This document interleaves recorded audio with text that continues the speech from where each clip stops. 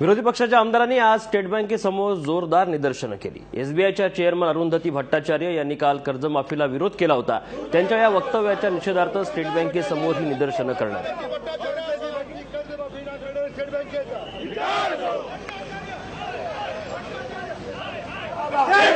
काय नेमकं तुमचं म्हणणं आहे? मुख्यमंत्र्यांनी ही मागणी जी आहे ती मान्य केलेली नाहीये असे राज्याच्या मुख्यमंत्र्यांनी राज्यातल्या शेतकऱ्यांच्या तोंडाला पानं पुसण्याचं काम केलेलं आहे।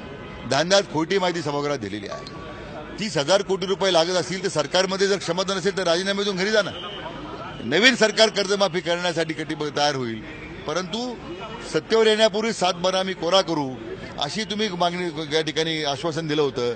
उत्तर प्रदेशमध्ये प्रधानमंत्र्यांनी आम्हाला सत्ता द्या, आम्ही तुमची कर्जमाफी करतो म्हणून त्या ठिकाणी सांगितलंय। आता लोकांनी तुम्हाला निवडून दिल्यानंतर आता तुम्ही तुमच्या आश्वासनापासून का पाठीमागे जाताय? 9,000 शेतकऱ्यांच्या आत्महत्या झाल्यानंतर अजून किती शेतकरी आत्महत्या सरकारला हव्यात की ज्यामुळे तुम्ही कर्जमाफीची घोषणा करणार आहात?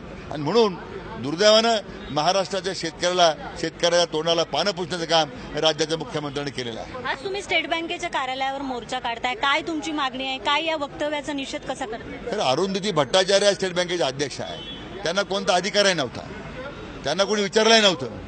खरं म्हणजे प्रधानमंत्र्यांनी उत्तर प्रदेशमध्ये ज्यावेळी भाषण केलं कर्जमाफीचं त्यावेळी मात्र त्यांनी गप्प बसण्याची भूमिका घेतली। पण महाराष्ट्रामध्ये आम्ही विरोधी पक्षाची मागणी करायला लागलो त्यावेळी एकदम त्यांना शानपण सुचलं। तो केंद्र आणि राज्य सरकारचा विषय आहे, स्टेट बँकेचा संबंध नव्हता। पण त्यांनी जे विनाकारण वक्तव्य करून हजारो लाखो शेतकऱ्यांचा अवमान केला राज्याचा, त्यांनी अवमान केलेला आहे आणि म्हणून त्याचा निषेध करायला मी आलेलो आहोत। त्यांनी राज्यातल्या शेतकऱ्यांची माफी मागितली पाहिजे, ती मागणी करण्यासाठी आम्ही आलेलो आहोत। नोटबंदीचा प्रश्न पाहिला तर सर्वात मोठा भ्रष्टाचार नोट बदलण्यामध्ये या स्टेट बँकेचा झालेला आहे आणि त्या स्टेट बँकेचे अध्यक्ष त्यांना आवडत नाही आणि शेतकऱ्यांच्या बद्दल असे अपशब्द बोलले, त्याबद्दल त्यांनी ताबडतोब माफी मागावी, नसता हक्कभंगाचा प्रस्ताव उद्या त्यांच्यावर आणू।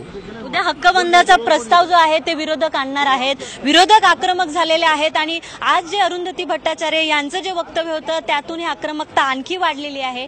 आजही कामकाज झालेलं नाहीये, उद्या काय होतंय ते पाहावं लागेल। अरुंधती भट्टाचार्य यांनी माफी मागावी अशी मागणी सुद्धा विरोधकांनी केली आहे। मुंबईहून व्हिडिओ जर्नलिस्ट राहुल सह सोनाली, महाराष्ट्र बंद।